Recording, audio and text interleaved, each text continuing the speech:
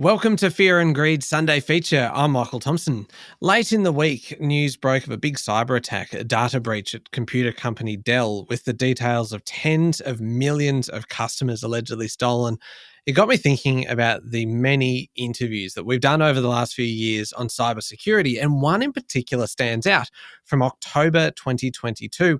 It was with two people, Darren Hopkins and Shane Bell, cyber partners at McGrathNicol Advisory, and Fear and Greed was doing some work with them at the time. The reason this interview stands out is not just because they really know their stuff when it comes to cyber attacks and ransomware, but because the interview also contains some really chilling audio. It's a recording of a ransom demand, and it's completely not what you'd expect, demonstrating that really it's not just a random threat that you need to be mindful of. That for scammers and hackers, it's business, and it's actually big business. This is a terrific interview by Sean Aylmer. I hope you find it just as fascinating as I did.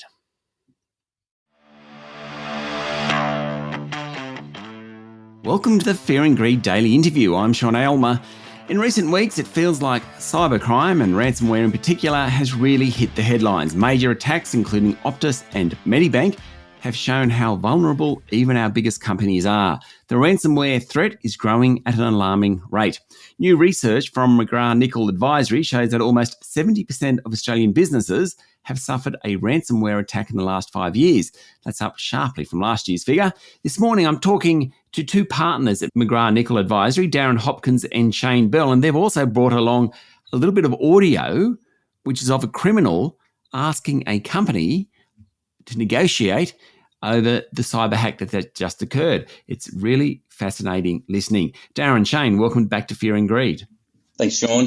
Thanks, Sean. Shane, let's start with you. When we spoke last year, the number of businesses that had experienced an attack was 31%. Now it's almost 70%, 69%, huge growth. So what's behind that increase for, one of a better term, the boom? Thanks, Sean. Well, I think there's a few different aspects as to what's behind that. Firstly, I think Australia has very much become an attractive marketplace for cyber criminals. We're not as understated as we used to be, and so there's money to be made down here. And I think that the cybercrime groups have cottoned on to that. The second aspect, I think, is that there's just a lot more vulnerabilities in the technology that we're using globally, but certainly Australian businesses are susceptible to that. It feels like every other day the tech companies and others are publishing vulnerabilities that need to be patched. And so with an increase in vulnerabilities, increases the opportunity for an attack to occur until that vulnerability is patched. And so I think a combination of those things, as well as new entrants to the cyber crime landscape, means that the Australian businesses are feeling the brunt, I'm afraid. Okay, Darren, let's bring you into it. Optus and Medibank are two very prominent examples in the last month or so. We've also had the Nine Group. We've had Woolworths through one of its subsidiaries. What does this tell us basically? It seems like no one is going to escape cyber crime. At least no one's immune. That's correct. We've always said it's a matter of when, not if, an incident happens for a company. And the brands you've just mentioned are very large, and you'd expect will have good teams, good technology, budgets to get good systems in place. Yet they've all been in the press, with their own issues. I guess what it does is remind us that cybersecurity is something that every business has to continually work on. It's not something you can set and forget. And the other thing that we have to be aware of is sometimes you can't avoid an incident occurring. And as Shane just mentioned, vulnerabilities. We're seeing at the moment some zero-day vulnerabilities, which are issues that exist in technology that haven't got a patch yet. So for a while, the businesses will just remain at risk until someone finds a fix for that. Okay, it just seems that businesses are paying, or the average ransom that businesses are paying is fairly consistent with last year, just over $1 million. But the amount that companies are willing to pay has almost doubled. Why is that? Sean, I think we've, over the last year, gotten a lot more visibility as to the costs associated with suffering a ransomware event. And historically, I think people will have thought that the higher costs were, legal costs, forensic costs, incident response costs, but actually the greater costs are business interruption costs and some of the reputational damage, which I think is hard to quantify. And so I think the movement in what people are willing to pay is a reflection of the value that businesses put on that cost, the business interruption cost and the reputation cost. And so you're right, it's gone from, $600,000 or so that people are willing to pay up to $1.2 million. And so I think that's just an indicator for us as to what the price tag is for businesses that are suffering this and are potentially considering paying the ransom. It just seems that it's like an option of finding the criminals as opposed to paying the ransom doesn't seem to be an option. Yeah, I think that's really difficult. I mean, finding the criminals, I think there's a lot that's required globally to sort of get behind that and disrupt that cybercrime marketplace. And I don't think it would be fair to say that global law enforcement agencies aren't working on that. But I guess the immediacy of the situation for that organisation in that moment is a really telling to pay or not to pay equation. And we know from the statistics that still, 8 out of 10 businesses appear to be paying the ransom. And so that's still quite high, I think. Yeah, and I mean, obviously that's attractive for criminal elements because 80% of the time they're getting paid. It's a self-perpetuating economy, that's for sure. Stay with me. We'll be back in a minute.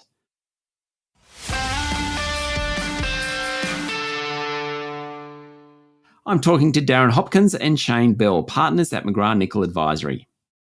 Darren, can you talk me through the timeline of a ransomware attack? And once you do that, we're just going to play a little bit of audio, which is a voicemail left on an executive's phone by a ransomware group, and not the voice you'd expect really. But first off, Darren, just take me up until the time, what normally happens up until the time the phone call arrives.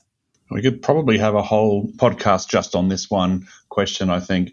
If I think back to, I guess, the average ransomware or extortion event that we tend to deal with, often these things start well before the group that you're dealing with was in your network, and they may actually start with a broker. And what a broker is a group that will be the one that finds a way to get into your network and find the user account, so the credentials that they will then use to actually get in. And that's actually part of this life cycle. They will pull together you and the credentials to get into your network, and then they'll sell that on the darknet to another group. And then we get an organised crime group, which will likely be the ones that will do the extortion or the ransomware, and then they'll start their part, which is gaining access to your system. One of the first things they try to do is get your data, exfiltrate information that's going to be of value, because ultimately that's what you're being extorted against. They will also try to be persistent, which means that they can come and go into your network as they see fit, get some more credentials and more accounts so that they've got access in there. And generally the last thing that would happen is that you'd find out that there's been someone in your network. And then that could be either a ransom note, it could be a text message to an individual, an email, or a voice message left on someone's phone. Or worst case scenario, it could be that your whole network is encrypted and then everything goes offline and then you've got to go and deal with that. And that leads to, I guess, to that particular voice message, which was from a job that we had actually worked on. And it was interesting to see that mechanism for letting someone know. Let's hear it. Brett, hi. My name is Melissa. I'm calling you from Quantum Group. As I understand, you right now or your management are trying to figure out what happened with your infrastructure. I will explain that for right now, 45 servers are encrypted and 464 more computers are also encrypted. And more than 500 gigabytes of private and internal data of your company has been stolen. So my recommendation is to come for negotiation, and you should do this at nearest time. You have so less time to come for negotiation. On the encrypted computers or laptops, you will find the information how to get in our chat room. So we are waiting for your management, so please take this message and inform, because for right now, as I see, no one phone is working on your website. So as I understand, right now you have big problems. And the best way how to resolve this issue is to come for negotiation. We are waiting. Thank you. Darren, it's pretty chilling. It's pretty direct, isn't it? And, Melissa has quite clearly said that, she's there to help. And all you need to do is to contact her through your chat room and negotiate. And I guess it's something we're not used to, which is a human element to what we're dealing with, which is a cybercrime, and we are just dealing with people. Shane, bringing you into it, I mean, your study shows that negotiation is now less likely to have taken place than in the instance we just heard where the woman wanted to negotiate. Why is negotiation happening less? Doesn't it work? Yeah, I think there's a few factors to this, Sean. I think the first is people make the decision pretty early now to negotiate or not to negotiate. I mean, there's a few reasons why you might negotiate, not necessarily because you want to pay the ransom, because if you enter into that negotiation, you can get a bit of intelligence yourself about the information that may have been stolen or the way that group got access to your environment. So there can be some valuable pieces of information that come from that. But I think the decision as to whether to negotiate or not is made pretty quickly. I think the other contributing factor is that on the cybercrime side of things, some of the demands are actually considered reasonable, if I put it that way. So, I mean, on big, sophisticated and significant events, I think the ransom will be quite high and a negotiation might get it down. But for some of the other ransomware events that we see, the ask isn't actually that high. And so that decision to pay or not to pay might actually be a pretty quick decision for people to make. So I think all of that contributes to the statistics that we're seeing around the propensity for organisations to enter into the negotiation. But can you trust the person you pay, even if it's $10,000 or $20,000 and you think, as a cost of business, I need to do this? Can you trust the person who stole your data?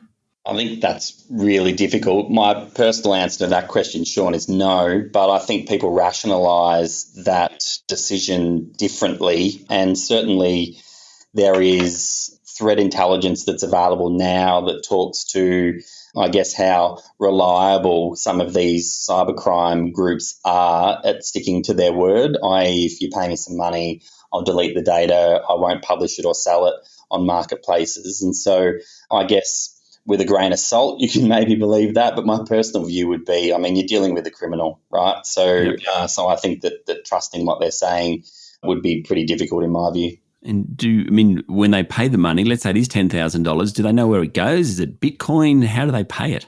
It is paid via crypto. One of the things that we have seen that's a little different in the current landscape is that the ask is now at the moment a dollar figure rather than a crypto. Inflation is killing the hackers. Maybe inflation's getting in there. Maybe the volatility of the crypto market is something that these cybercrime groups aren't willing to ride the wave of. So the ask will be a dollar figure, and then it'll be sort of calculated at the time that there's an agreement to pay. But still, crypto is the chosen currency of choice. Okay. What about, Darren, what about insurance in all this? Do the insurers play a role? Absolutely. If you've got cyber insurance, there's a few things that you're actually seeking coverage on.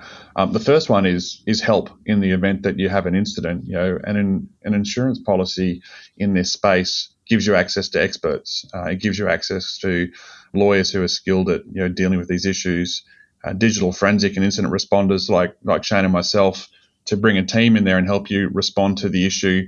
Maybe communication experts to help you with those comms pieces when something's gone wrong. So in the first instance, you get access to big teams to help you get through this quickly.